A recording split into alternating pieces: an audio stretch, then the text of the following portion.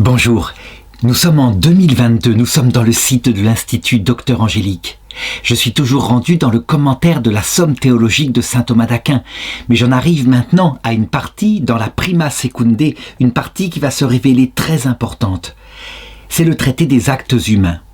Et donc, parce que nous avons montré au début de cette Prima Secunde que la béatitude, c'est donc l'union à Dieu, dans la vision béatifique, que cette union ne se réalise pas comme on s'unit avec un bien matériel, mais avec une personne, et que des conditions sont requises, demandées par Dieu, qui sont en particulier, eh bien d'abord, que ce soit un consentement libre dans une alliance librement choisie, et d'autre part, que ce consentement soit fondé sur un amour de charité. On peut donc en conclure que, pour comprendre cette vie surnaturelle qui aboutira à ce que nous obtenions la béatitude, elle est tout à fait comparable, et je dirais que c'est une analogie qui par quelques aspects est une analogie propre, ça veut dire véritablement qui parle du spirituel comparé au spirituel, qui par d'autres aspects est une analogie métaphorique. Elle est comparable, dit saint Paul, dans l'épître aux Éphésiens chapitre 5 verset 32, au mariage. Il dit « Ce mystère est de grande portée, je veux dire qu'il s'applique au Christ et à son Église, autrement dit, à Dieu et à l'union avec nous, les hommes, puisque nous sommes son Église. » Il est donc logique que la vie surnaturelle s'incarne donc dans notre nature et que, de même qu'il y a dans le cadre du mariage des conditions pour que le consentement soit valide et que le mariage aboutisse, et bien de même, pour l'entrée dans la vision béatifique, certaines conditions sont requises et ce sont les actes humains. Il va donc falloir étudier ce que c'est qu'un acte humain au sens propre, et nous le savons. Certains actes sont de l'homme, comme les actes réflexes, se gratter par exemple, quelque chose comme ça, mais certains actes sont vraiment humains. Ça veut dire qu'ils procèdent de notre intelligence et de notre volonté. Il est donc évident que pour l'entrée dans la gloire, il faudra la qualité la plus forte d'un acte humain, pris dans son sens noble. Et c'est pourquoi j'étudierai ici, avec saint Thomas d'Aquin, la question 6 qui parle du volontaire et de l'involontaire. Et c'est vrai, lorsque le volontaire est là, la responsabilité est engagée et on est face à un acte humain dans sa noblesse totale, fondée évidemment sur l'intelligence, tandis que lorsque c'est involontaire, on n'est pas devant un acte humain, mais simplement devant un acte matériel de l'homme, qui ne saurait suffire pour entrer dans une telle union.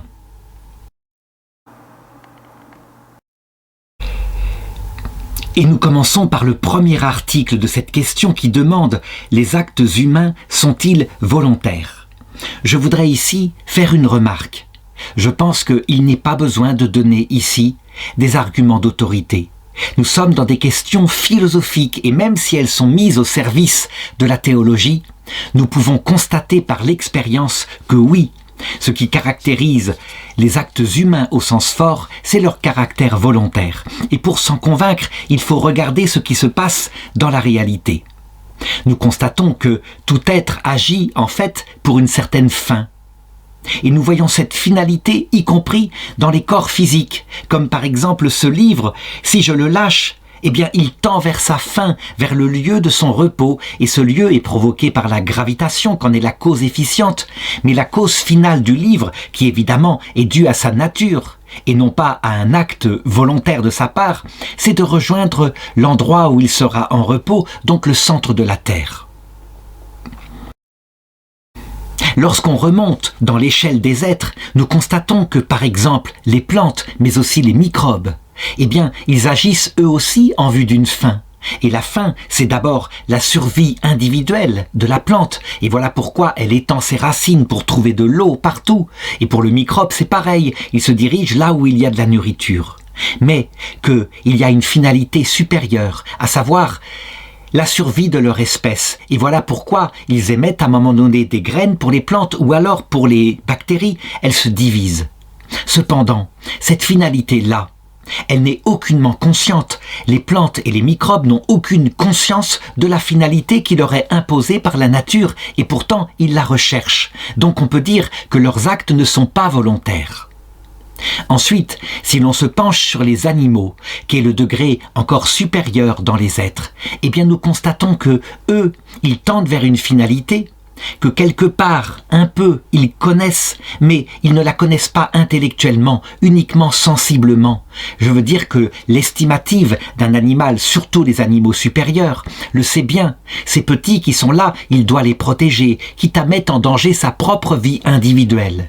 Il est donc porté vers une finalité avec une conscience qui n'est cependant pas totale, elle n'est pas intellectuel, il ne connaît pas, je dirais, la notion de survie de son espèce. Il se contente d'agir très concrètement pour ces petits que son instinct lui dit de protéger.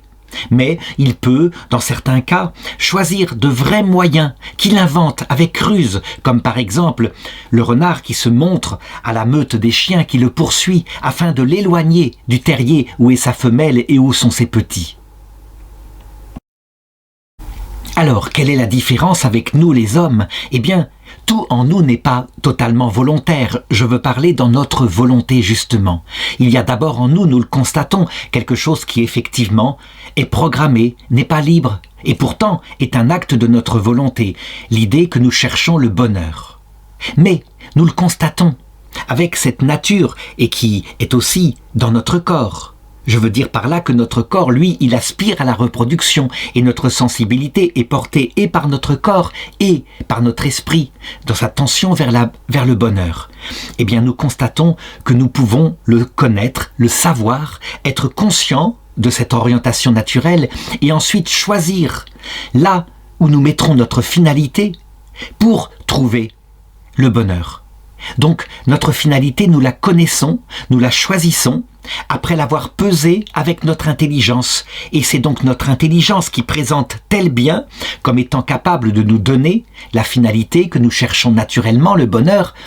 Et ensuite, vraiment, c'est notre volonté qui y adhère.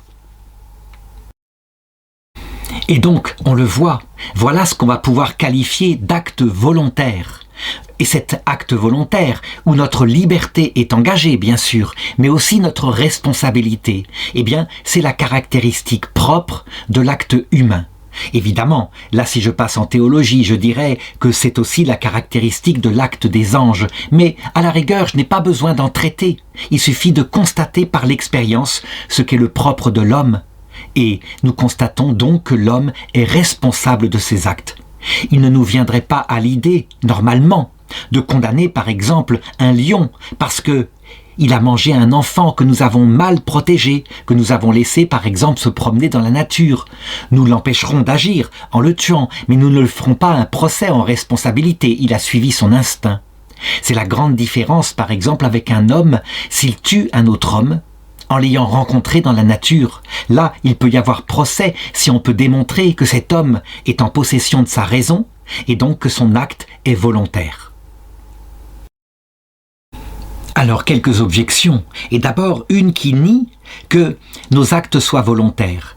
Et c'est vrai, en effet. Et là, c'est une négation d'ordre théologique par saint Grégoire de Nice, saint Jean Damascène et aussi par Aristote, qui disent que notre volonté trouve son impulsion de l'extérieur, par celui qui l'a créé, à savoir par Dieu, et c'est lui qui lui a mis non seulement son existence, mais aussi son orientation vers le bien absolu qu'elle recherche par nature. Et donc, on ne peut pas dire que l'homme, finalement, pose des actes volontaires, au sens de libre. Eh bien, la réponse à cette objection, c'est que il n'est pas une nécessité absolue pour qu'un acte soit volontaire, que notre volonté elle-même soit la cause de sa propre existence, la cause de notre propre être, ou la cause de son orientation naturelle vers le bonheur. Une fois que nous sommes conscients de cela, évidemment, fondés là-dessus, donc quelque chose qui est plus fondamental que notre liberté, eh bien, nous pouvons choisir notre finalité.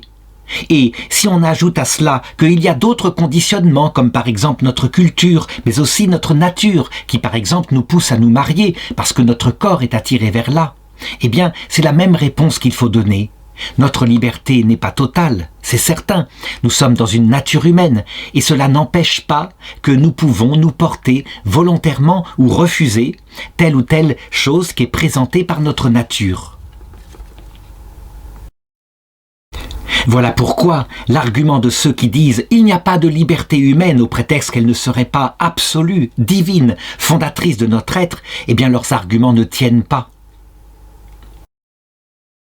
Par contre, si on peut démontrer que dans l'état où était la personne au moment où elle a posé son acte, qui semblait être l'acte d'elle-même, elle n'était pas en possession de sa raison, que sa volonté était comme évanouie, par exemple sous l'influence d'un acte de folie, sous l'influence d'un produit chimique, eh bien, dans ce cas-là, on dira qu'il n'y a pas eu d'acte volontaire au sens propre, tout simplement parce que l'acte volontaire est forcément fondé sur une lucidité de l'intelligence. La deuxième objection vient des observations du philosophe Aristote. Lorsqu'il regarde les animaux, il constate que tous leurs mouvements sont dus à la stimulation de quelque chose qui se présente à leur sens ou alors selon leur nature. Alors que pour l'homme, il en est très différemment.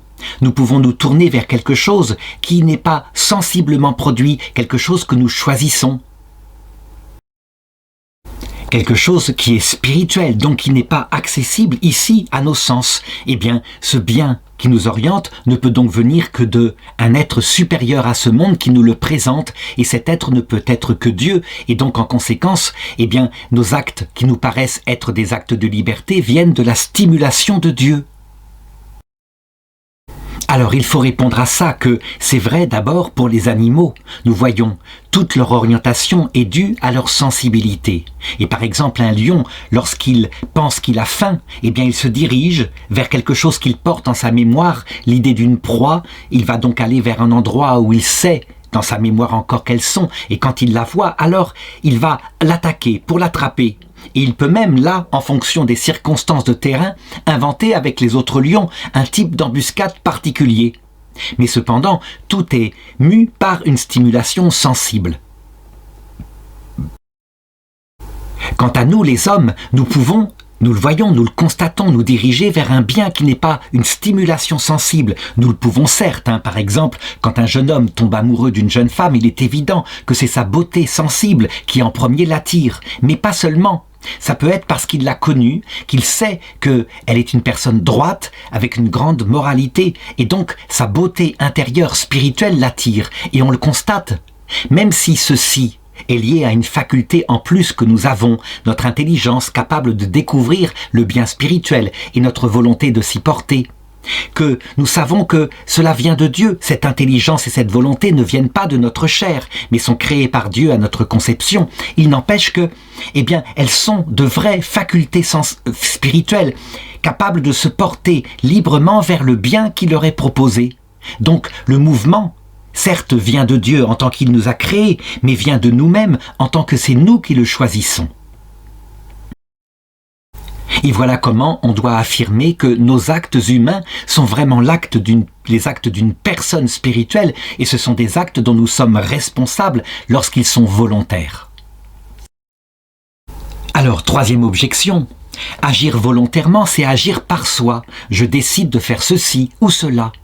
Or, on voit que dans l'Évangile, le Christ dit « Sans moi, vous ne pouvez rien faire ». Donc cela prouve que notre liberté n'existe pas, mais que c'est le Christ comme Dieu qui simplement nous oriente vers quelque chose qui est un bien spirituel. Eh bien il faut répondre à cela que quand le Christ dit « sans moi vous ne pouvez rien faire », il entend « sans moi vous ne pouvez rien faire » de surnaturel. Ça veut dire que vous ne pouvez pas, sans que je vienne vous chercher moi-même puisque je suis Dieu, vous tourner vers le bien absolu qu'est Dieu en le connaissant. Puisque c'est moi qui le fais connaître et qui en plus vous envoie l'Esprit Saint qui surélève votre âme pour que vous puissiez vous tourner vers lui. Mais cela ne sous-entend pas que nous ne pouvons pas poser des actes spirituels naturels, comme par exemple, choisir de rester fidèle à un ami, même s'il se comporte parfois mal, mais simplement parce que nous nous sommes engagés, tenir nos promesses, etc. Donc ces actes naturels sont au pouvoir de notre volonté parce que la volonté est une faculté naturelle que Dieu a créée en nous. Alors, si certains maintenant veulent aller plus loin et disent « Mais non, c'est bien Dieu qui donne le mouvement, non seulement l'être, mais le mouvement à notre esprit », eh bien, je dirais que, là encore, le fait que notre esprit, effectivement, est créé par Dieu, qu'il ait mis en lui cette nature qui nous pousse à rechercher la béatitude spirituelle, ceci n'empêche pas que cela fonde un pouvoir pour choisir la finalité où nous mettrons, je dirais, où nous mettrons la recherche de ce bonheur, ainsi que les moyens d'ailleurs qui y conduiront. Donc, tout en étant créé par Dieu, notre esprit est véritablement un esprit. Ça veut dire qu'il n'est pas une chose programmée, une fausse liberté, mais véritablement il est capable d'actes volontaires et libres. Telle est la puissance de Dieu. L'article 2 demande maintenant « Les animaux sans raison agissent-ils volontairement ?»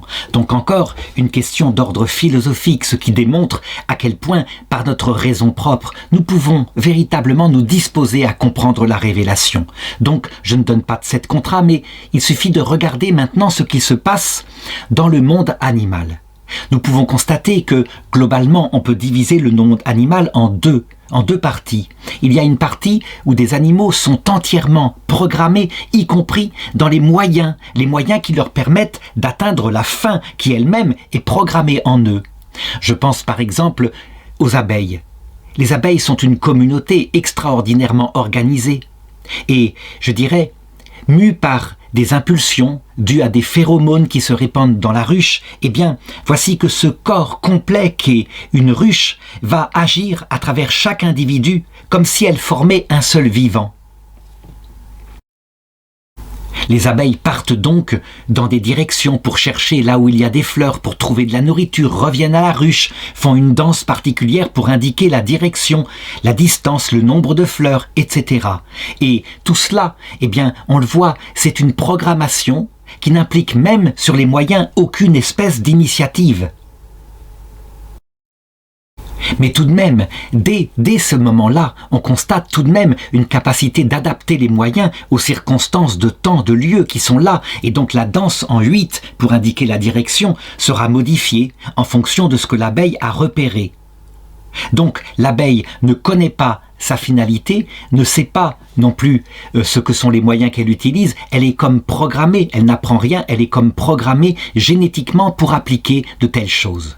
Et puis, il y a des animaux qui sont supérieurs, de plus en plus proches de l'homme, où là, on constate qu'ils ne connaissent pas la finalité ultime qui les pousse à agir. Un animal ne saura pas, par exemple, qu'il est en train de se battre en nourrissant ses petits pour la survie de son espèce. Mais, très concrètement, il agit là, pour ses petits. Il le fait, et il est capable, chez certains animaux supérieurs, d'inventer des moyens nouveaux et même de les communiquer à ses petits par une certaine éducation, de manière à ce qu'ils s'en souviennent. Évidemment, chez les animaux, je dirais, tels qu'on les constate actuellement, il n'y a pas véritablement d'invention de nouveaux moyens, sauf petitement. On voit des chimpanzés, par exemple, qui avaient appris de la part d'un homme à laver leurs pommes de terre. C'était mieux pour leurs gencives. Et quelques générations plus tard, 40 ans plus tard, tout le groupe de chimpanzés qui descendaient de cette mer lavaient leurs pommes de terre. Par contre, on le constate pour les hominidés animaux qui ont existé avant nous. Il y avait une véritablement plus grande liberté sur les moyens matériels. Par exemple, la capacité à conserver le feu intact pour qu'il ne s'éteigne pas, à fabriquer de plus en plus des outils. Chose déjà présente chez les chimpanzés, mais chez les hominidés animaux, c'était beaucoup plus fort. Alors, quelle est la différence avec nous, les hommes modernes, les Homo sapiens sapiens? Eh bien, c'est que notre intelligence est capable de se connaître elle-même, de connaître ses propres limites, de connaître sa propre nature, de connaître, par exemple, son orientation naturelle, je l'ai dit, vers son objet, qui est la vérité tout entière, et l'orientation naturelle de la volonté vers le bien, mais de connaître aussi toutes les parties de notre être, notre corps, avec ses instincts. Et à partir de là, eh bien, notre intelligence est capable, véritablement, lucidement, de mesurer les finalités diverses qui nous sont proposées et qui nous permettront d'accomplir ce qui nous paraît être le chemin vers la béatitude. Elle peut évidemment aussi choisir les moyens qui seront au service de cette finalité. Ainsi, on en voit certains qui mettent tout dans l'argent, parce que l'argent, c'est logique, permet de tout acheter. Mais, malheureusement, permet de n'acheter que le matériel, le sensible. Et donc il y a une erreur là de jugement par rapport à la nature de l'intelligence qui, elle, peut atteindre un bien spirituel qu'on ne peut aucunement acheter avec de l'argent. Il n'empêche, même si cette liberté est limitée par des trucs comme la bêtise humaine, un manque de jugement, un manque d'expérience, eh bien, nous pouvons nous porter de manière responsable vers la finalité que nous choisissons. Alors, quelques objections maintenant. D'abord, comment peut-on se prononcer sur ce que font les animaux? Nous ne sommes pas dans leur tête. Comment peut-on savoir que leurs actes ne sont pas volontaires alors que, visiblement, on voit qu'un renard ordonne son comportement? Eh bien, pour la survie de ses petits, exactement comme le ferait d'ailleurs une mère humaine. La réponse à cette première objection, c'est que, certes, nous ne pouvons pas pénétrer la pensée du renard, mais, par ces actes extérieurs, en les regardant tous, nous pouvons, je dirais, induire quelle est la faculté, c'est-à-dire la cause qui provoque leur comportement. Et nous ne voyons jamais chez eux un acte qui impliquerait la présence d'une intelligence rationnelle, capable de dépasser le sensible. Par exemple, si un renard réfléchissait au sens de la vie, et donc, parce qu'il a perdu ses petits, ou sa femelle, eh bien, qui procurerait à sa femelle et à ses petits une tombe, en vue éventuellement d'une survie, une survie spirituelle, au-delà de leur corps, donc pour honorer leur mémoire. On ne voit jamais cela. Pourquoi? Parce que les animaux, sans raison, sont uniquement dans l'acte sensible. Et donc, quand un petit meurt, évidemment, il y a une douleur sensible chez le renard. Et ensuite, une fois qu'il a compris que jamais il ne reviendrait parce que le corps se décompose, eh bien, il passe à autre chose. Il garde la mémoire de cet échec qu'il a eu, donc sa sensibilité est réelle. Il n'est pas du tout qu'un animal, mais il n'a pas comme nous cette capacité à penser et à espérer qu'il y a une survie après la mort. L'homme, au contraire, ayant une faculté qui dépasse le sensible, c'est l'intelligence, eh bien, toutes ces questions-là, il peut donc se les poser, même lorsque la vie sensible disparaît. Deuxième objection, lorsqu'on observe le comportement des animaux, principalement ceux qui sont proches de nous, on voit qu'ils agissent en vue d'une fin, et ils agissent avec une certaine intelligence, d'ailleurs qui a obligé les philosophes à poser en eux une intelligence sensible qu'on appelle l'estimative. Elle est donc capable d'ordonner des moyens, et quelquefois des moyens nouveaux, comme par exemple quand un renard s'installe dans la ville, où il apprend à fouiller dans les poubelles, alors qu'il n'avait pas ça dans la nature. Eh bien, on ordonne donc des moyens nouveaux à la finalité qui leur est manifestée, comme la survie individuelle et la survie de leurs espèces. Alors il faut répondre à cela que l'estimative animale est certes une forme d'intelligence, mais c'est une intelligence sensible. Ça veut dire que pour elle, ce qui l'intéresse, c'est le concret. Ses petits sont là, son instinct lui dit qu'elle doit les défendre, il va les défendre et prendre tous les moyens pour cela.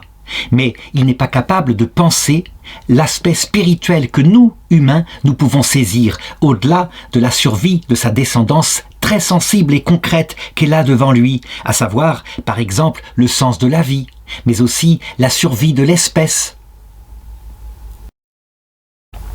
L'animal est donc mu uniquement par l'impulsion sensible apportée par son action sensible, ou plutôt son approche du monde sensible, alors que nous, comme nous connaissons la finalité des choses, eh bien, nous pouvons poser un acte responsable, choisir ou au contraire refuser de choisir telle finalité qui nous est proposée et non pas imposée par notre nature. Donc, par exemple, nous avons en nous l'instinct de notre espèce et nous voulons avoir une descendance.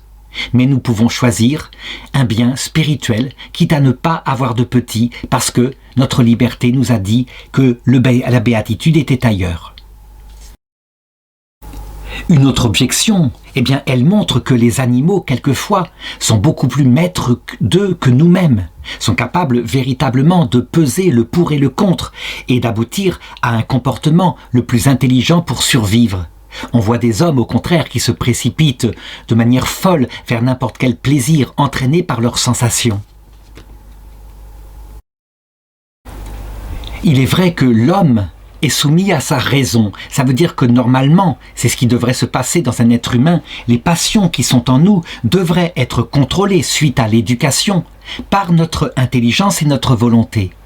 Quelquefois, ça ne se fait pas, ou alors volontairement.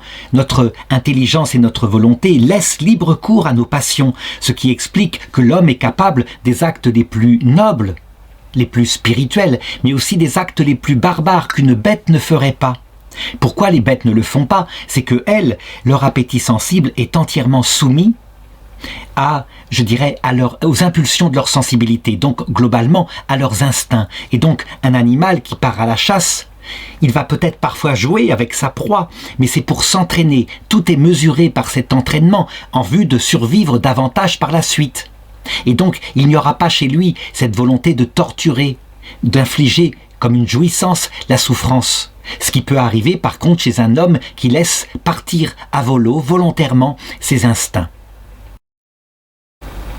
Troisième objection, on voit que les animaux, parfois, sont loués pour des bonnes œuvres qu'ils ont fait. Par exemple, un chien de sauveteur qui est décoré parce qu'il a fait un acte héroïque en plongeant dans le feu pour sauver un enfant.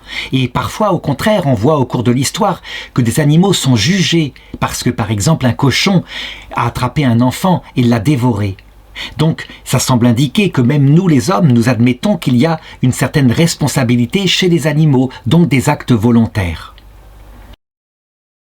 Alors il faut répondre à cela que parfois nous projetons, et c'est ce qu'on appelle de l'anthropomorphisme, nous projetons sur les animaux ce que ferait le comportement humain, d'où ces procès qu'il y a eu pour les animaux. Mais parfois, au contraire, je dirais que le bon sens nous fait véritablement regarder la réalité des animaux. Et par exemple, on le voit dans la loi de Moïse, lorsqu'un bœuf, mal attaché par son maître, va encorner quelqu'un, eh bien celui qui est puni, c'est le maître d'abord, parce qu'il a mal attaché son bœuf. Par contre, si le bœuf est réputé dangereux, qu'il est mal dressé, qu'il a un comportement qui est malsain, eh bien ce bœuf-là pourra être par précaution mis à mort pour éviter un autre accident. Donc, ceci permet de conclure que l'animal domestiqué, eh bien quelque part, il participe à ce que son maître lui a apporté, donc à la prudence que son maître lui a infusée. Et ceci se fait non pas parce qu'il serait un être volontaire au sens spirituel du terme, mais parce que, justement, étant apprivoisé, ses impulsions naturelles ont été réglées par celui qui le domine, celui qui remplace son espèce, à savoir son maître humain. L'article 4 demande « L'abstention d'agir peut-elle être volontaire ?» Et donc on peut dire qu'à partir de maintenant, nous allons étudier avec saint Thomas d'Aquin les conditions qui font un acte humain pleinement volontaire. Alors là encore, c'est une question philosophique et donc il faut se reporter afin que les choses soient bien claires à ce que c'est que l'abstention. C'est donc l'absence d'action. Imaginons une première situation où un homme qui est aveugle et sourd passe dans la rue et à côté de lui, il y a un innocent, une personne innocente qui est en train de se faire agresser et violemment attaquer. Et donc il passe devant et puis il passe son chemin. Dans ce cas-là, n'ayant pas été conscient du tout de ce qui se passait à côté de lui, puisque ses sens n'ont pas perçu la scène, eh bien on peut dire qu'il y a eu abstention d'action, mais que cette abstention n'était pas volontaire. Il aurait dû agir s'il avait su ce qu'il se passait, mais il ne l'a pas su et donc cet acte n'est pas volontaire. Imaginons maintenant la même scène avec un homme qui passe comme ça devant cette victime qui est en train d'être attaquée. Cet homme, mettons, il a à la hanche un revolver, c'est un policier et il passe son chemin en se disant « Laissons tomber, je ne vais pas m'attirer des ennuis, je ne le fais pas ». Il s'abstient d'agir alors que là, il aurait fallu qu'il agisse, c'était même son métier et il portait les moyens pour agir. Eh bien, on peut dire que son abstention est volontaire. C'est un acte responsable et dans le cas en question, cela lui sera porté à titre non seulement de faute professionnelle, mais de faute morale et donc il aura certainement un procès en correctionnel.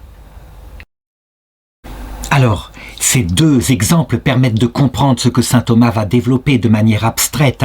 Il y a donc deux formes d'abstention. Parfois, c'est uniquement l'acte extérieur, on s'en abstient, mais sans acte intérieur, parce qu'on n'était pas conscient. Et parfois, il y a abstention non seulement de l'acte extérieur, mais aussi volontairement d'un acte intérieur. On ne veut pas agir, et là, c'est bien un acte volontaire. Alors, quelques objections. Il n'y a pas eu action, et donc il n'y a pas eu acte de volonté, acte positif, donc ce n'est pas volontaire. La réponse est évidente, et quand on s'appuie sur l'exemple concret, elle en paraît d'autant plus simple. Il y a bien eu acte volontaire de ne pas agir dans le deuxième cas, et donc c'est bien un acte volontaire impliquant une responsabilité. Et je passe directement à la troisième objection, qui rejoint ce que j'ai dit dans le corps de l'article. Il n'y a pas de volonté sans une connaissance préalable, donc rien de volontaire sans un acte de connaissance tout au moins. Comme je l'ai dit, il fallait entendre la victime qui criait et l'aveugle, le sourd, n'a pas entendu. Alors attention, cet exemple-là ne doit pas nous cacher la chose suivante.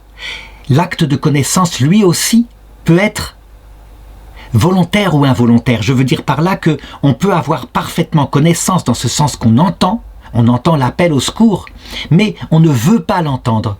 Et alors, le refus d'avoir connaissance de ce qui se passe est bien un acte volontaire. Et là encore, un exemple concret peut permettre de l'illustrer. C'est l'histoire de l'assassinat de la Rose Noire, une jeune fille aux États-Unis dans les années 50, qui cria pendant des dizaines de minutes à l'aide, et personne parmi des centaines de personnes qui étaient autour ne l'entendit ou prétendit ne l'avoir entendu, alors que tout le monde l'avait entendu, mais on ne voulait pas risquer sa vie, donc personne ne sortit, et après on prétendit qu'on ne l'avait pas entendu. Ce sont donc bien des actes volontaires impliquant la responsabilité de ceux qui étaient là.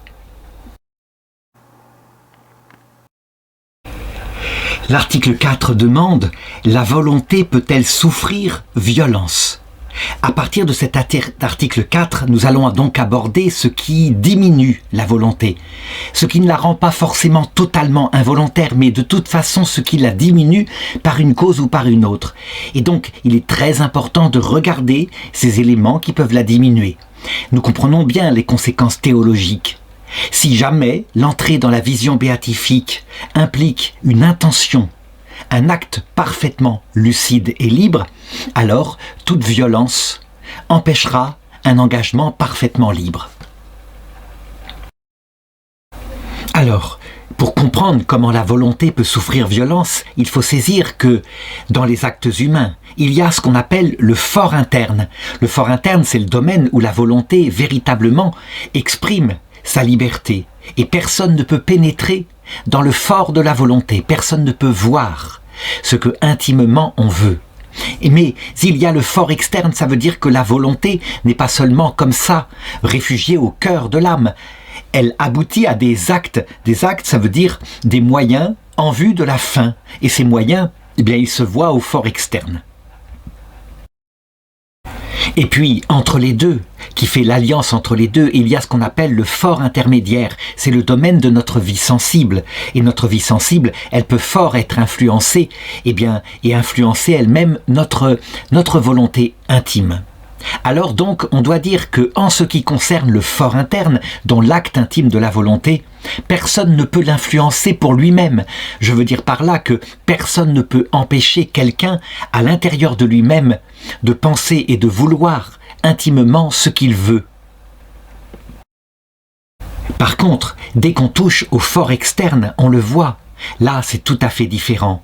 Et même au fort intermédiaire, ça veut dire que par certaines drogues, on a vu, les soviétiques en particulier, qui arrivaient à changer complètement, je dirais, la psychologie de quelqu'un comme un évêque, Monseigneur Binzenski, de telle manière que, détruits à ce niveau-là, ils paraissent renier sa foi. Quant au fort externe, on peut forcer par la violence à faire des actes que notre volonté n'approuve pas du tout. Et donc on doit dire que dans ce cas-là, les actes donnés au fort externe ne seront pas volontaires. Alors, première objection, elle concerne Dieu. On voit bien qu'on peut donc souffrir violence au fort externe de la part de quelqu'un qui est plus puissant que soi. Par exemple, un empereur romain peut menacer de mort notre vie ou notre famille et nous forcer par exemple à mettre de l'encens devant lui. Mais en ce qui concerne Dieu, qui est plus puissant que nous, est-ce qu'on ne peut pas souffrir aussi violence? Manifestement, c'est ce que semblent raconter certains récits de l'Ancien Testament. Alors il faut répondre que le comportement de Dieu, il faut le regarder de deux façons. D'abord, dans ses intentions profondes, telles qu'elles nous sont révélées par Jésus-Christ seul. On peut dire que jamais, jamais dans sa sagesse, il ne voudra forcer par la violence notre volonté dans son acte intime. Et s'il le faisait, il supprimerait ce qui est en nous, la personne humaine. Par contre, maintenant, à titre dispositif, lorsque nous nous comportons mal, lorsque nous nous comportons par exemple en barbare, comme on le voit dans l'Ancien Testament, il peut y avoir provisoirement et à titre éducatif une pastorale qui implique une violence externe, comme par exemple quand Dieu force le peuple hébreu à se soumettre à Moïse et que, visiblement, des gens qui n'étaient pas soumis sont précipités par lui dans un trou profond où ils tombent et ils disparaissent avec leur famille. Pourquoi Dieu peut-il utiliser cette violence externe provisoirement? Eh bien parce que la peur peut être, pour certains, le commencement de la sagesse, en ce sens que, esclaves de leurs propres pulsions, eh bien, ils sont rattrapés comme cela par ce genre de pédagogie. Par contre, si Dieu exerçait la violence pour l'acte décisif qui consiste à l'entrée dans la vision béatifique, alors le consentement ne serait pas celui d'une personne, mais manifestement autre chose. La liberté serait détruite. Et donc, par exemple, pour la peur de l'enfer, qui est analogue, qui est une pastorale de la peur, donc d'une certaine violence, eh bien, elle ne peut que disparaître à l'heure du jugement. Alors, deuxième objection qui dit que la volonté, c'est une puissance passive, l'intelligence lui présente son bien et elle se porte simplement vers le bien que lui a présenté l'intelligence. Et donc, elle ne peut pas subir une violence dans son acte propre. La réponse est oui, je l'ai dit, dans son acte propre, intime, à l'intérieur de l'esprit, que personne, pas même les anges, ne peut connaître, seul Dieu. Elle ne peut subir violence, et Dieu d'ailleurs, à ce niveau-là, ne lui fait jamais subir violence. Par contre, en ce qui concerne l'extérieur, je dirais l'application de ses volontés dans des actes du fort externe, ou même à travers le psychisme, dans le fort intermédiaire, il peut y avoir violence. L'histoire des saints en a manifesté plusieurs fois. Je pense par exemple à Sainte Lucie, qui avant d'être exécutée par ses bourreaux, fut violée physiquement. Eh bien, elle est canonisée par l'Église catholique comme vierge, tout simplement parce que jamais sa volonté n'y a souscrit. Et c'est uniquement un acte extérieur, par de la violence, qui lui a été imposé. Et donc, personne ne pouvait toucher à sa volonté d'être consacrée entièrement corps et âme, jusque dans sa virginité à Dieu. Alors, troisième objection, admettons que la violence soit contre la nature de notre volonté, qui est libre. Mais dans ce cas-là, on doit dire que le péché lui-même est contre nature. Et donc, la volonté peut, par sa propre décision, faire des actes contre nature. Alors pourquoi pas la violence?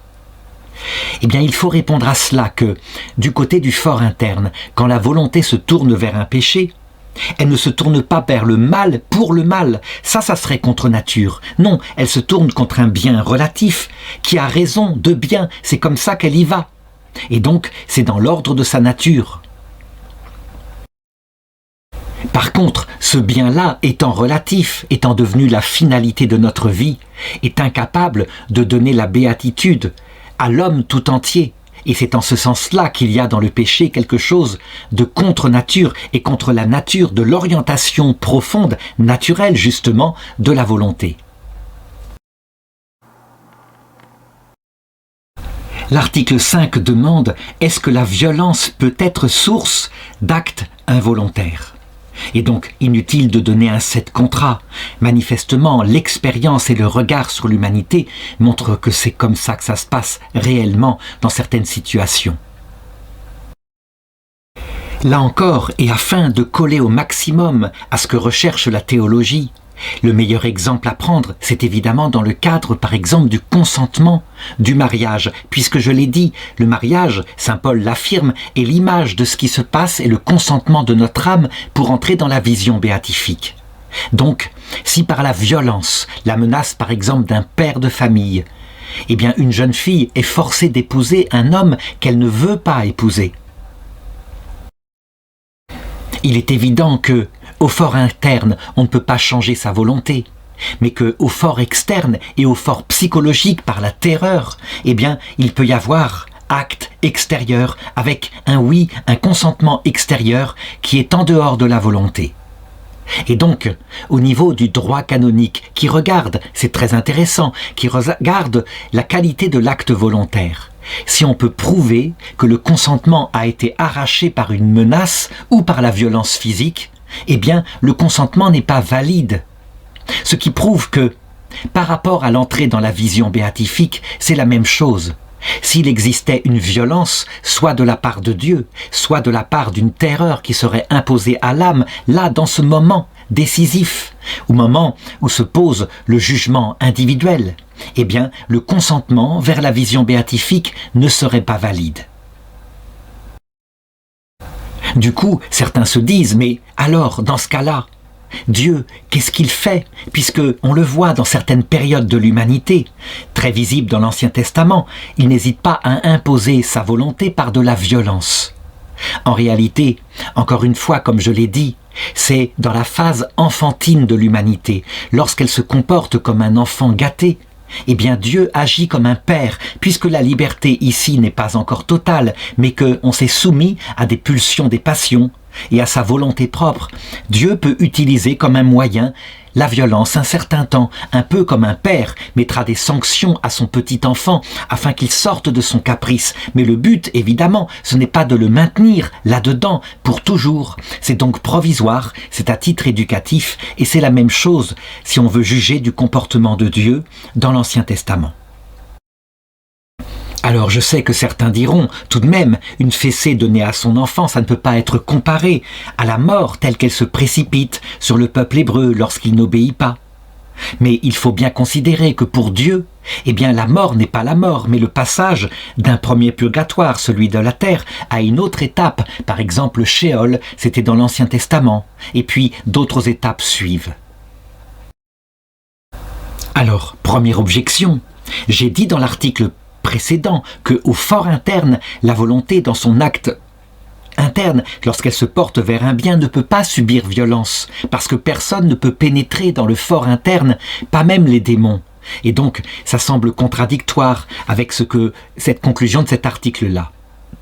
Alors, il faut répondre que dans l'acte volontaire, il y a certes le fort externe, mais nous ne sommes pas seulement des anges, que nous avons aussi une vie sensible, et puis un corps physique qui applique nos décisions. Et notre corps, eh bien, il obéit normalement à notre volonté. Mais il peut y avoir violence sur notre corps et aussi sur notre vie psychique, par des menaces, par des angoisses qui en résultent, etc.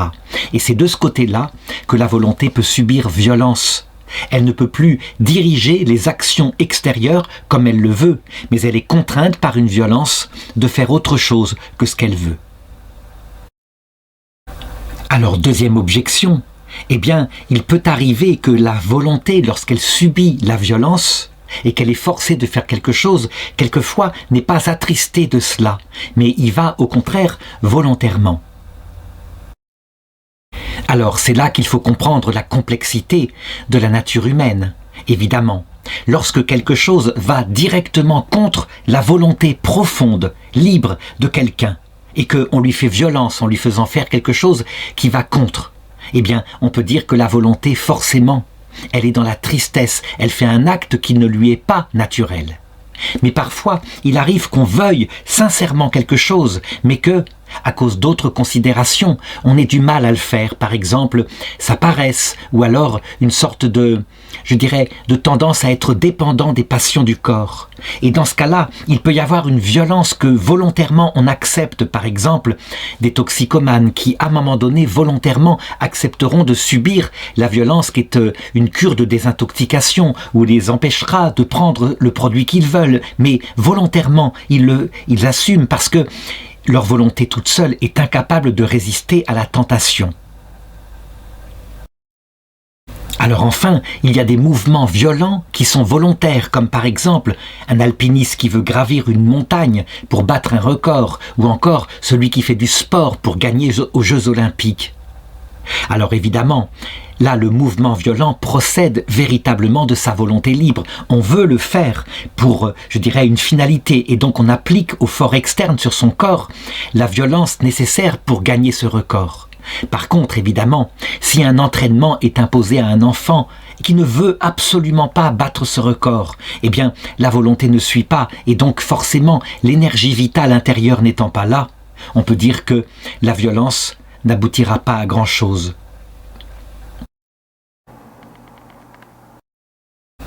Alors l'article 6 demande, est-ce que la crainte rend absolument involontaires les actes qu'elle inspire ?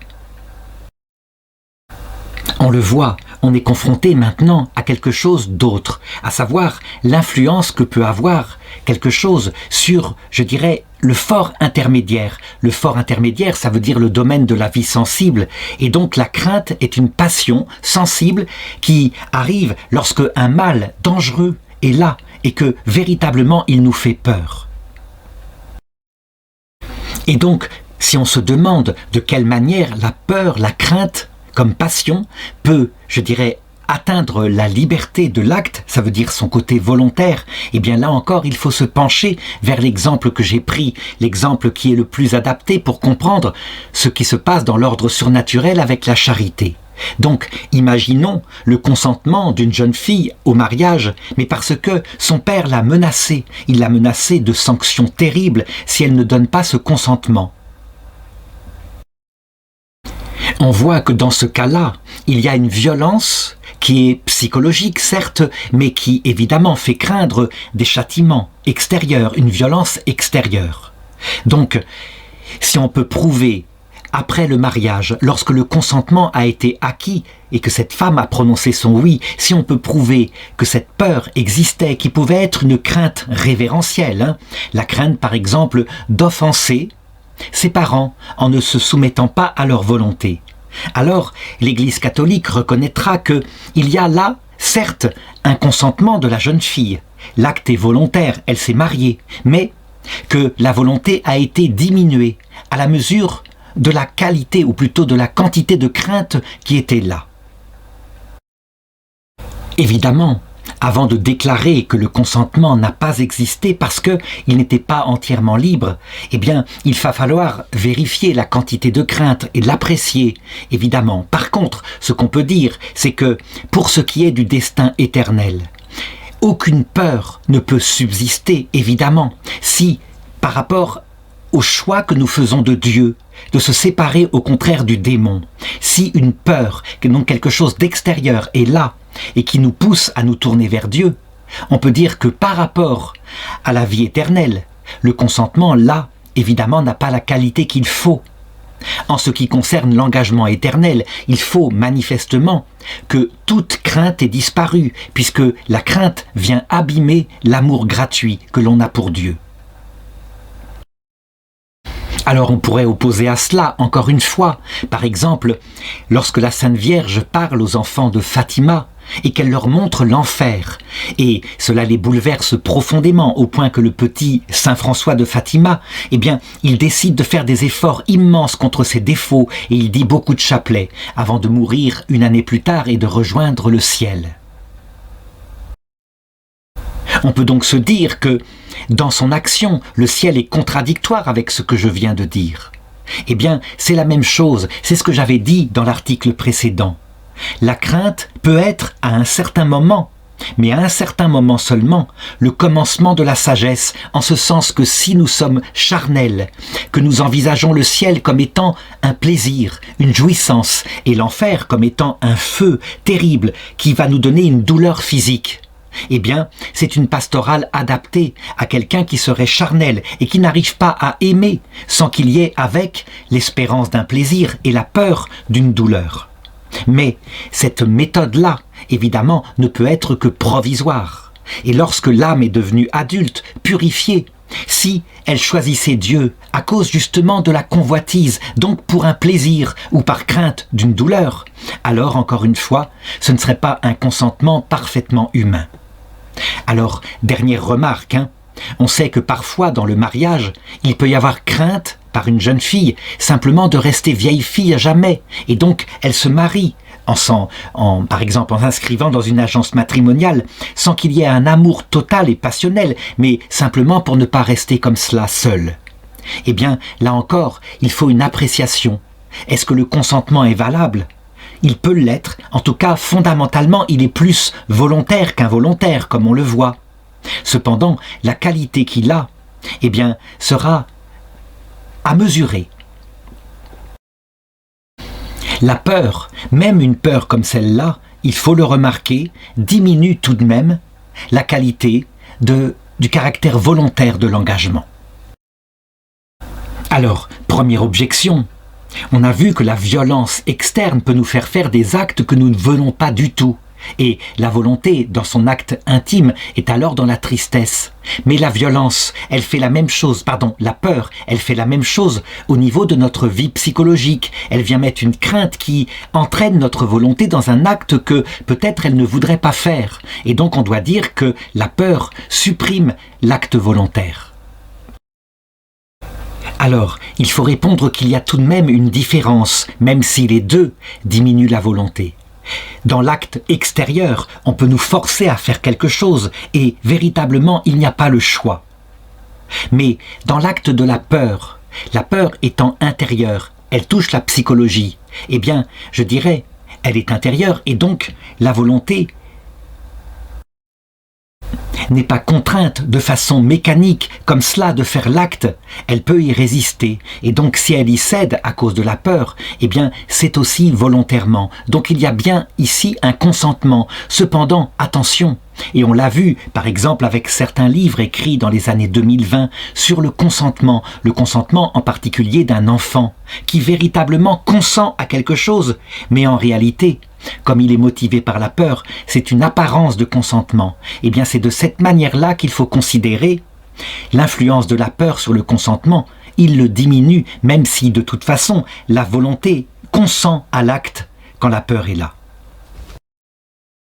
Alors, l'objection suivante, s'il en était ainsi, alors les actes qui sont produits par la peur seraient toujours involontaires, ce qui n'est pas le cas. Par exemple, si un capitaine de navire, il arrive dans une tempête, que son bateau va s'écraser, il en a peur contre un récif, et qu'il jette du coup sa marchandise à la mer pour sauver le navire, eh bien, on devrait dire qu'il n'a pas fait un acte volontaire. Le capitaine dira « Si, j'ai fait un acte volontaire pour sauver le navire ». Alors cet exemple est tout à fait significatif et montre que on doit apprécier l'influence qu'a la peur sur nos actes, apprécier en fonction des circonstances. Et donc on ne pourra pas dire comme cela que l'acte est complètement involontaire, il peut être tout à fait voulu, et comme c'est le cas dans le cadre du naufrage, parce que c'est logique, on essaye de sauver ce qu'on peut quand tout est perdu. Par contre, on le voit, il s'agit bien ici d'une volonté contrainte quelque part, contrainte par les circonstances, et donc appliquée à l'acte du mariage ou alors à l'entrée dans la vision béatifique. Une telle crainte ne peut pas exister en même temps et permettre un vrai consentement totalement libre. L'article 7 demande « Est-ce que les actes accomplis sous l'empire de la concupiscence sont-ils volontaires ?» Alors, là encore, afin de bien montrer la complexité de la nature humaine, il convient de donner quelques exemples. Si un homme qui est par ailleurs marié et véritablement qui aime sa femme, entraîné par une concupiscence à l'occasion d'un voyage, la trompe avec une prostituée, on a typiquement ce dont saint Thomas d'Aquin veut parler ici.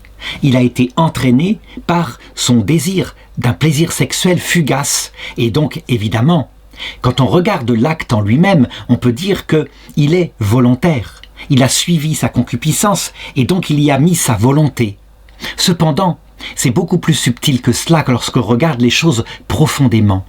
Juste après que la concupiscence soit tombée, eh bien, cet homme n'étant plus entraîné par la concupiscence, voici que sa volonté, celle qui est portée par son intelligence, reprend sa force. Et là, tout d'un coup, il se dit « J'ai trompé ma femme, j'ai commis une grave faute, je peux détruire mon couple, je peux détruire la confiance et l'amour que je lui ai donné. » Donc, l'acte commis au moment où était la concupiscence était plutôt plus volontaire qu'involontaire, puisque même, eh bien, la volonté s'y portait tout entier. Et je dirais, cet homme, par exemple, enlèvera son alliance pour ne pas avoir honte, en même temps qu'il commet le péché. Mais, finalement, lorsqu'on regarde et qu'on voit que la concupiscence a disparu, on s'aperçoit que l'acte, finalement, n'était pas si volontaire que cela. Alors que conclure? Eh bien, que les passions du concupiscible, lorsqu'elles sont très fortes, eh bien, elles peuvent diminuer le caractère volontaire de l'acte, mais le diminuer sous un aspect particulier, alors que sous un autre aspect, elles l'augmentent. Eh bien, l'aspect particulier, c'est, je dirais, multiple. Ça peut être une diminution de la lucidité, mais c'est pas du tout à fait tout le temps le cas. Parfois, la personne qui trompe sa femme est parfaitement lucide qu'elle est en train de la tromper. Et ça peut être, en tout cas, sur cette force de la volonté pour résister aux passions. Sous un autre aspect, l'aspect volontaire, cette fois, au moment où la passion est là, eh bien, il faut dire que, au contraire, l'acte est vraiment volontaire. D'où on doit dire que il y a ici, véritablement, dans le cadre de ce que je viens de dire, une faute grave qui peut tuer la confiance, une trahison, mais avec la circonstance atténuante d'une certaine faiblesse. Alors les objections maintenant, on a montré dans l'article précédent que la crainte venait diminuer le côté volontaire sans le supprimer tout à fait. Et donc, quand on fait quelque chose par crainte, de toute façon, on le fait volontairement tout de même. Mais il n'y a pas pleinement consentement. Eh bien, la concupiscence, lorsqu'elle est très forte, ça devrait être la même chose. Elle vient diminuer le caractère volontaire de l'acte qu'on commet. Alors, je répondrai à cela que la peur d'un grand mal, eh bien, c'est la fuite que provoque cette peur, la fuite par rapport à ce mal. Et donc, cela contredit, la peur contredit le mouvement naturel de la volonté, tandis que le désir d'un plaisir, un plaisir immédiat, une convoitise, eh bien, c'est dans le sens du bien. Et donc, la volonté peut s'y porter avec énergie, d'autant plus d'énergie que la passion est là. Certains, en regardant les choses comme cela, ont dit, vous le voyez, donc, quand on cède à une convoitise, par exemple un plaisir sexuel interdit, eh bien, c'est un péché mortel gravissime, puisque la volonté, elle s'y va volontairement vers ce plaisir. Oui, mais ça serait regarder les choses superficiellement. Elle n'y va volontairement que parce qu'elle ne contrôle pas l'appétit sensible. Et donc, en fait, il y a une part de faiblesse dans la volonté, et donc d'involontaire. Et ceci se comprend lorsqu'on comprend justement que l'acte volontaire ne consiste pas seulement à se porter vers un bien, mais à s'y porter en pleine liberté, et donc sans être entraîné par une passion quelconque.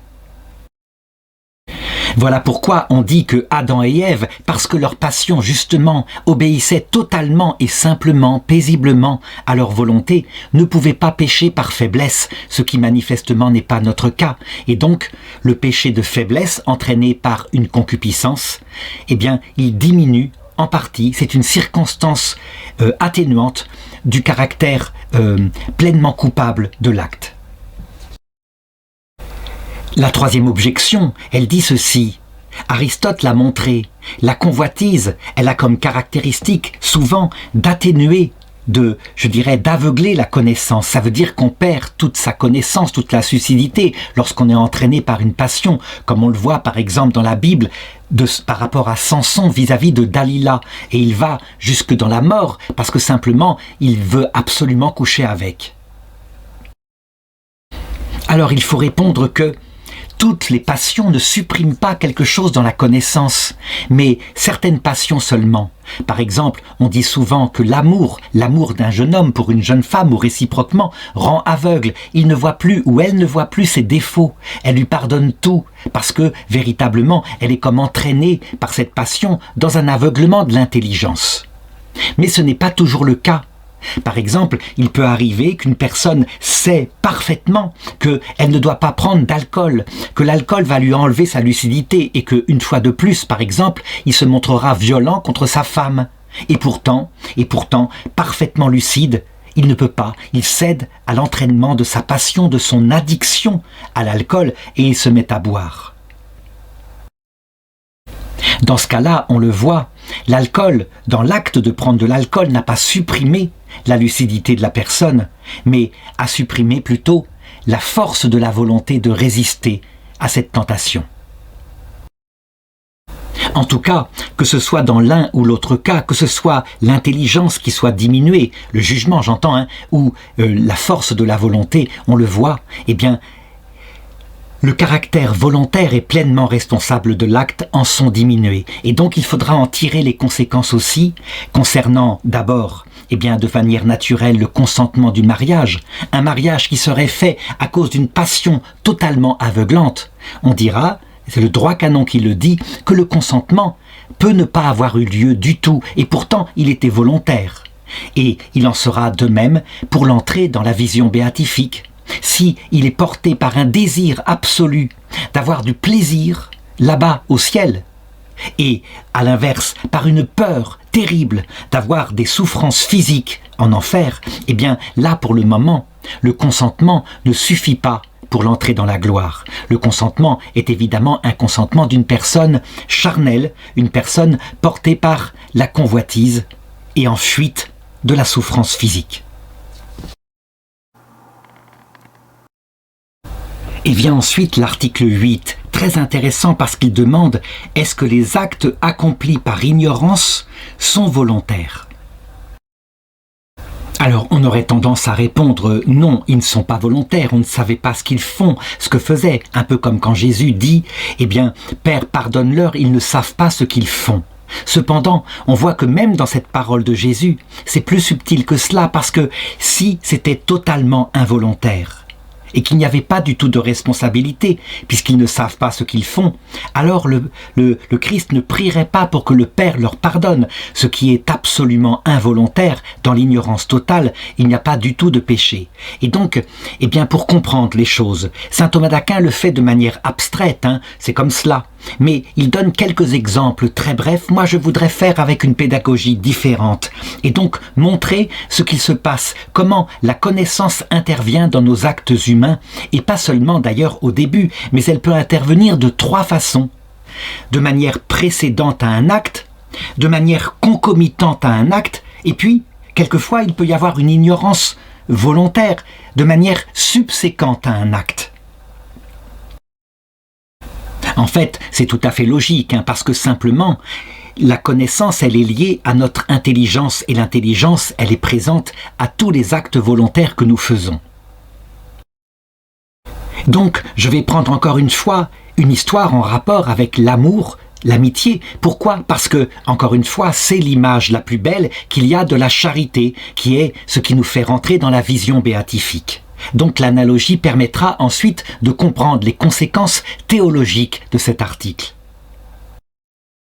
Donc, prenons un acte de mariage avec l'échange des consentements. Et il s'avère, par exemple, je vais dire cette fois que le mari, le jeune marié, ignorait complètement certaines circonstances concernant son épouse qu'elle lui a cachées volontairement. Par exemple, qu'elle était déjà mariée, que d'autre part, elle a assassiné son premier mari pour avoir son héritage. Bref, elle lui a caché des choses qui sont essentielles concernant sa personnalité et concernant l'engagement qu'il fait avec elle du mariage.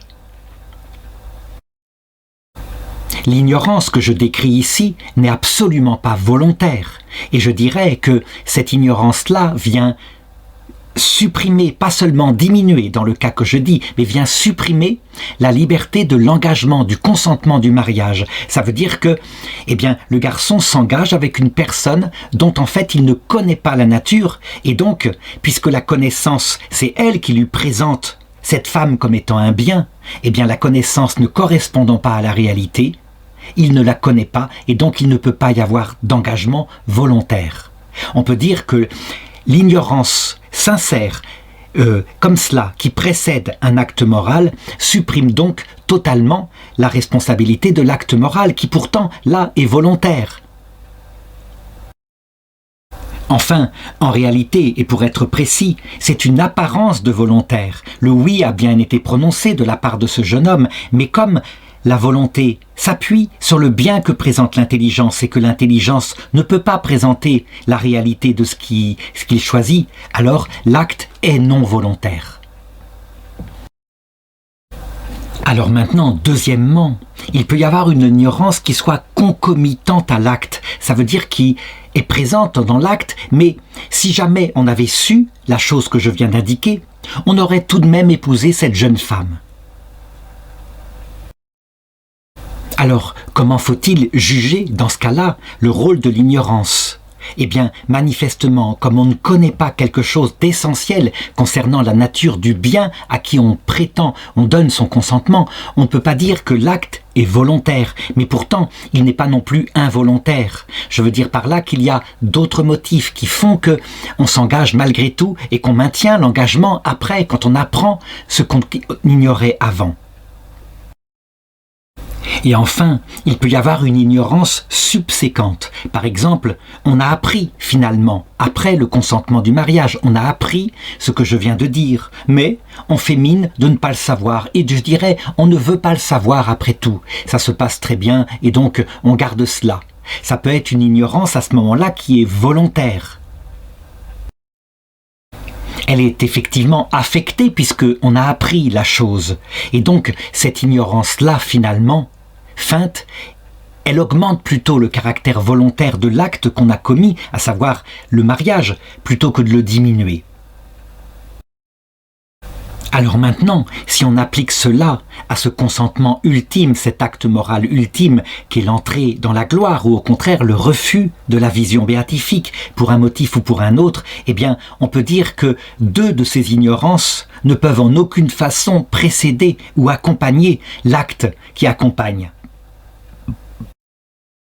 En effet, si on choisit d'aimer le Christ, de le suivre dans son paradis alors qu'on ignore qui il est, ou au contraire, si on choisit de suivre eh bien, la révolte de Lucifer, alors qu'on ignore totalement en fait ce qu'il veut. On peut dire que dans les deux cas, notre consentement est vicié par l'absence de connaissance et donc il n'est pas volontaire. C'est ainsi, on le comprend, que ceux qui disent qu'il pourrait y avoir damnation éternelle, de personnes qui ignoraient même l'existence du Christ, son mystère complètement, qui n'en avaient jamais entendu parler. Et donc, parce qu'ils sont morts sans connaître la foi, et donc qu'ils n'aiment pas le Christ de charité, puisque la foi fonde la charité, alors, eh bien, il est trop tard, et ils sont damnés pour l'éternité. On voit qu'il y a quelque chose ici qui ne va pas du tout, qui ne serait pas du tout conforme à la sagesse du Christ. Mais de la même façon, ceux qui disent que des hommes qui se sont comportés bien, mais qui ne connaissaient pas le Christ, eh bien, sans qu'ils connaissent le Christ, seraient introduits dans la vie éternelle. Et c'est comme ça qu'ils interprètent le passage de l'Évangile où il est dit « Tu m'as donné à boire alors que j'avais soif ». Et eux répondent « Mais Seigneur, quand ça nous est arrivé, on ne te connaissait pas. Quand vous l'avez fait à l'un de ces petits, c'est à moi que vous l'avez fait. » Et donc certains disent « Vous voyez, ça veut dire que sans connaître le Christ et sans l'aimer, on peut rentrer au paradis. Ainsi, sans donc le consentement fondé sur une connaissance. Eh bien, ceci non plus n'est pas logique. Dans sa sagesse, puisque Dieu veut se donner à la liberté d'un être qui le choisit, il ne peut tolérer que demeure une telle ignorance, ce qui veut dire que, dans la deuxième étape de notre vie, dans le passage de la mort, obligatoirement, il doit donner à chaque homme une pleine connaissance de son évangile et de la possibilité, évidemment, de se détourner de son évangile à travers un blasphème contre l'Esprit Saint. Alors maintenant, si on considère l'entrée dans le paradis, aucune forme d'ignorance ne peut exister, ni précédente, ni concomitante, ni subséquente. Par contre, pour ce qui est de ceux qui choisissent la liberté solitaire de l'enfer, comme le dit saint Augustin, l'amour de soi poussé jusqu'au mépris de Dieu et du prochain. Eh bien, si on admet qu'il ne peut pas exister d'ignorance précédente, ni d'ignorance concomitante à leur acte, à leur péché contre l'Esprit Saint, par contre, ensuite, il peut y avoir une ignorance volontaire et conséquente, en ce sens que les damnés, alors que leur âme est vide, qu'elle est dans le malheur, peuvent tout à fait nier le fait et continuer de dire « Non, j'ai fait mon choix et jamais je ne changerai pour rien au monde ». On peut dire alors, dans cette proclamation du caractère suprême de leur liberté, eh bien, il y a une ignorance qui est volontaire et qui augmente, pourrait-on dire, leur culpabilité. Mais en même temps, évidemment, confrontés à la réalité, il est évident que les âmes de ceux qui sont dans la damnation exigent, dans leur arrogance et par un péché qu'on appelle la présomption, ils exigent la vision béatifique, ils estiment en être en droit de la recevoir, puisque leur intelligence est faite pour cela, et ça ils le savent. Alors quelques objections maintenant. Saint Jean Damascène dit « Ce qui est involontaire mérite le pardon. Or, il arrive qu'une chose qui est faite par ignorance ne le mérite pas. L'ignorance ne rend donc pas de tels actes involontaires. » Alors, l'argumentation est valable à condition de bien discerner de quelle ignorance il s'agit. Je l'ai dit, l'ignorance précédant l'acte, l'ignorance totale par exemple de la qualité perverse de la femme qu'on épouse, eh bien elle annule le consentement du mariage évidemment. Elle n'est pas volontaire cette ignorance et donc le bien qu'on choisit n'est pas celui qu'on choisit. Par contre, une fois qu'on a appris la chose, si on veut continuer de refuser de la connaître, par exemple, pour un motif qui pourrait être, eh bien, le plaisir sexuel qu'on compte tirer de cette femme qui est magnifique physiquement, et donc on ne veut pas savoir alors qu'on l'a su, on peut dire que là, l'ignorance en question, elle n'excuse pas du tout l'erreur qu'on fait. Au contraire, elle montre que l'acte est complètement volontaire et plus volontaire qu'autre chose puisque on est capable de vivre avec une femme perverse histoire de profiter d'un avantage, argent ou plaisir. Deuxième objection. En tout péché, on le voit, il y a une part d'ignorance et c'est d'ailleurs ce que dit le livre des Proverbes, chapitre 14, verset 22. Ceux qui font le mal se trompent. Et la tromperie, c'est une forme d'ignorance. Et donc, d'ailleurs, on le comprend. Si l'ignorance, eh bien, excusait de tout péché, sans exception, alors dans ce cas-là, eh bien, on peut dire qu'il n'y aurait même plus de péché du tout, à cause de la présence d'une partie d'ignorance dans tous les péchés. Encore une fois, il faut être intelligent et il faut juger de l'ignorance selon les cas et selon les circonstances, selon la place où elle est. Par exemple, lorsqu'on voit certaines personnes, certains théologiens qui disent que l'ignorance du païen, c'est une feinte ignorance, il n'avait qu'à devenir chrétien et il suffisait qu'il adhère à la foi qui est connue suffisamment dans le monde et donc s'il se damne, c'est bien de sa faute. On le voit, il y a ici un jugement qui est pervers de la part du théologien. Il peut y avoir véritablement une ignorance du salut, puisque le salut et la foi est un don de Dieu. Et donc ce n'est pas parce qu'on a vu un film sur Jésus qu'on a forcément reçu la foi. Donc cette ignorance précédente peut être sincère et elle excuse là de tout péché par rapport au Christ. Par contre, une ignorance en même temps que l'acte, ça veut dire que le Christ nous donne sa présence, nous attire à lui. On sent véritablement que c'est un mystère profond. Et là, on veut ignorer cette attraction parce qu'on veut se maintenir dans son péché. C'est par exemple ce que vivait saint Paul. Lorsque le Christ lui apparaît à sa conversion, il lui dit « Pourquoi regimbes-tu contre l'aiguillon ?» Ce qui veut dire que son âme était profondément attirée par le Christ, mais qu'il ne voulait pas entendre parler de cela pour ne pas se convertir. Eh bien, cette ignorance, elle est coupable. Elle est liée, effectivement, à un péché où on s'obstine. Mais c'est d'une culpabilité fragile, je dirais par bêtise, par faiblesse aussi, comme le montre d'ailleurs le fait que saint Paul, dès qu'il a vu le Christ, il s'est converti. Par contre, une ignorance subséquente, ça veut dire en imaginant que saint Paul, ayant vu le Christ cette fois sans aucune ignorance, eh bien se mettre à le combattre véritablement parce qu'il méprise son évangile. Eh bien, cette ignorance-là, où on ne veut pas admettre qu'il est le Messie, on le nie et on ment éventuellement devant les autres, elle est plutôt une augmentation du péché, parce qu'elle ne vient que parce qu'elle est portée par un blasphème contre l'Esprit Saint. Ça veut dire une pleine connaissance, une pleine maîtrise de soi face à l'Évangile, et pourtant, on veut ignorer que c'est la vérité. Donc cet exemple nous montre à quel point il faut que le jugement des théologiens soit véritablement subtil, je dirais, dans la distinction et face à la complexité de l'être humain. Alors enfin, troisième objection, pour montrer encore une fois la complexité de ce jugement moral. Normalement, ce qui est involontaire, donc ce qui est forcé par la violence, eh bien, ça suscite de la tristesse.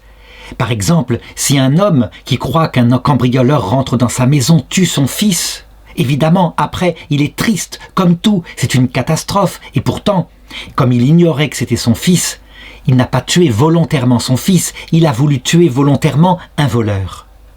À l'inverse, quand par accident, en partant à la chasse, voilà qu'on tue son ennemi, celui qu'on voulait tuer le lendemain, mais on l'a pris pour un cerf et on l'a tué accidentellement. Cette ignorance-là, au contraire, va être source d'allégresse, de joie. Voici que l'événement a eu lieu par accident.